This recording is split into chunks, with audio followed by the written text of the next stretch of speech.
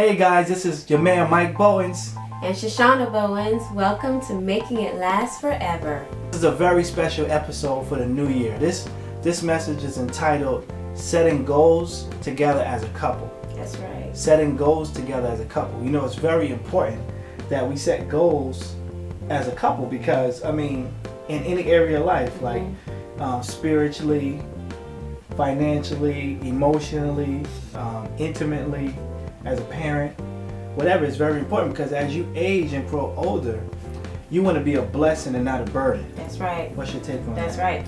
Yeah, you're absolutely right. You definitely want to leave your kids with things other than medical bills and debt and all those things. You don't want to be a burden. You definitely want to be a blessing. So I absolutely agree with you. Yeah. I'm talking about, let's go even deeper. I'm talking about not even you dying. I'm talking about you still like aging gracefully. Mm-hmm. Like you're setting a goal. We're setting goals from now. Like we're changing our diet. Not that we had a poor diet, but now we're taking it even up to another level. Mm-hmm. So that in the age that we are now, when we get to our 60s and 70s, we're not going to have medications and walking with canes and not to put down to anybody, but this is the goals that we're setting. Yeah.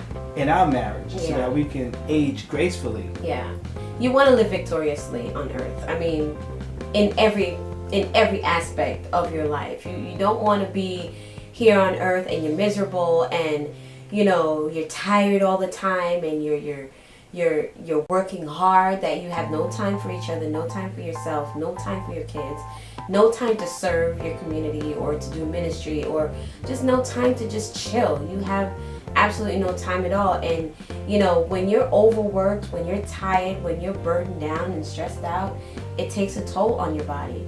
So you have to set goals, even if it's 6 months, a 6-month goal or a 1-year goal or a 5-year goal. You still have to set that particular goal for yourself and do everything in your power to get to that goal. As a couple, try not to stray away from it because life happens. But even in the midst of that, you still have to stay committed to the goals and the plans that you've made, so that your children are looking at you, other people are watching you. So technically, you're looking at you. Yeah, you're looking at you. You're not just doing it for yourself, though you are setting these goals, but you're doing it so that your kids can see that and they too can set goals for themselves. Well, mom and dad is doing it, I'm gonna try to do it. Even though they're at a young age, they can learn to set goals so that they start to build positive habits instead of generational habits. And I guess that would be negative generational habits. Because a lot of times you hear people say, "Oh, these things are genetics and these things are genetics," and like high blood pressure and diabetes, those are not genetic. Right. Science now proves that it's not genetic. It's the way that, for example, if we cooked with a lot of grease and fried foods, then our kids would see that. And then if we had diabetes and high blood pressure in our older age, then our kids would grow into that if they don't change their eating habits. Yeah. And they would learn those habits from us. Absolutely. And so what we want to do is follow the word of God in our marriage so that it can fall over to our children and then our grandchildren, and you create a legacy within your bloodline. And that's what we're talking about, setting goals as a couple. Let me tell you something. There is nothing impossible when a couple puts God first and comes in agreement. I'm not talking about tug of war. Well, we get the word from God to buy a new house. Well, she's not going to be fighting me. Nah, I don't believe God said that. I don't believe, that's not God. He ain't tell me. We got to be in agreement with what it is that we're doing. And or God speaks to her babe, I want to change up the way we eat. Maybe not going out to eat as much, maybe cooking less fried foods and more baked goods, or more broiled food. I'm not gonna be like, nah, I like my fried chicken.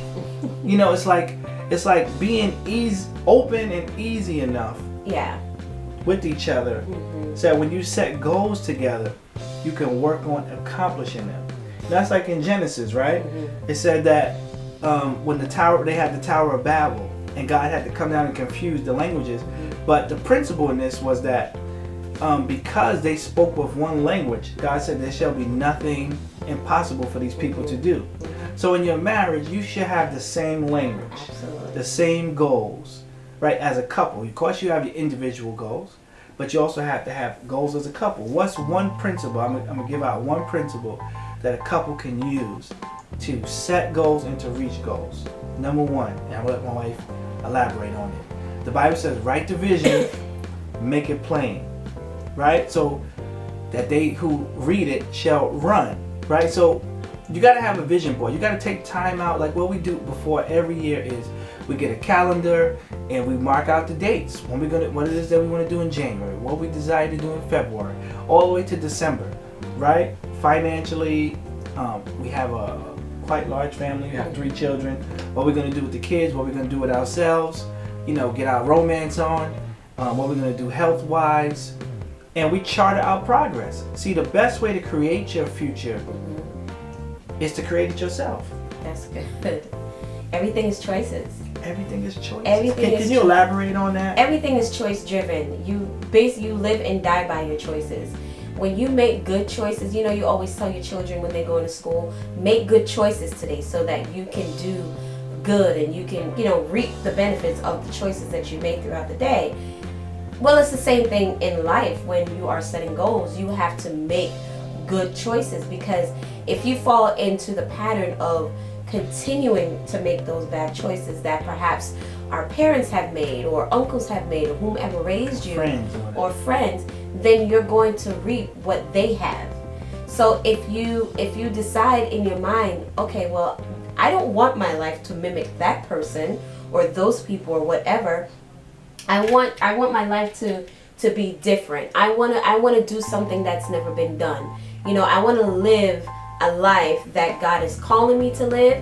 I don't see anybody else living it, but I know that I can do it because it says that in the Word. And so now your mind has to be changed, it has to be renewed, because now you're I'm gonna give you an offering. Thank you, baby. I receive. Now you have to mimic the pattern of the Bible so that you can have the God kind of life that God so desires for you and your family to have, because God did not call us to walk in this earth and be unhappy and be sad and toiling and no. He didn't call us for that. He called us for more, for mega, for abundance, for us to walk in the abundance. And I'm the mega man. Yeah, so that as you know, we are blessed, we are able to bless others, but it comes by the renewal of your mind first. That is the first thing that you have to do, is learn how to kick those bad habits in your mind. So sometimes you're sitting down and you're just like, man, I feel for some chocolate. Or, you know, I feel for this, I feel for that. Where did that come from? It's by the habits of the household that you came out of. So now that's inside of you. So now you have to make the choice to say, you know what? I'm not going to eat that chocolate. No, I'm going to eat a celery. I want to, not to cut you off, I want to also go back to, even as a couple, you may have seen people in your family get divorced. Mm-hmm. And so you have to set goals as a couple to say, we're going to stay married. Yeah. Like, do whatever it takes. Go to counseling sessions. You know, put your prayers. You know, how often do you pray for your spouse? You know what I'm saying? These are things that we need to do. Absolutely. Set goals. Like, listen, hey, honey, let's take time out. Let's set a goal to pray together every night or every morning. You know what I'm saying? Mm-hmm. Set goals that's going to enhance your marriage and not subtract from it. Absolutely. You know? Absolutely. You're supposed to be pouring into each other, and that too is a part of setting goals, because if you find that last year you wasn't the best husband or the best wife, then daggone it, 2017, set some goals that I'm going to do something that I've never done before. I'm going to come out of my comfort zone, right? I'm going to come out of that comfort zone, and I'm going to do something that he or she don't even expect that I'm going to do. You know? That's a bomb. You got to set those goals, you know, for your marriage. You got to set those goals for intimacy, and you got to set those goals for, you know, to just communication. You got to set those goals. It's important. If you don't have goals, then you're kind of just walking like like a chicken with your head cut off. You're gonna drift apart. You're gonna drift. So I think that we need to do a part 2 on this, because this can go much deeper. Yeah. And so we're gonna pick up on part 2 with setting goals for Your future for 2017. 2017, building. Yes, building. Thank you guys so much for watching.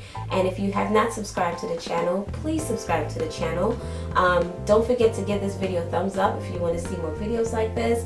We love to, give you guys some information on the topics that we have and, go in depth. Also, if you want to, have a conversation started, leave comments and we'll definitely answer the comments and answer the questions.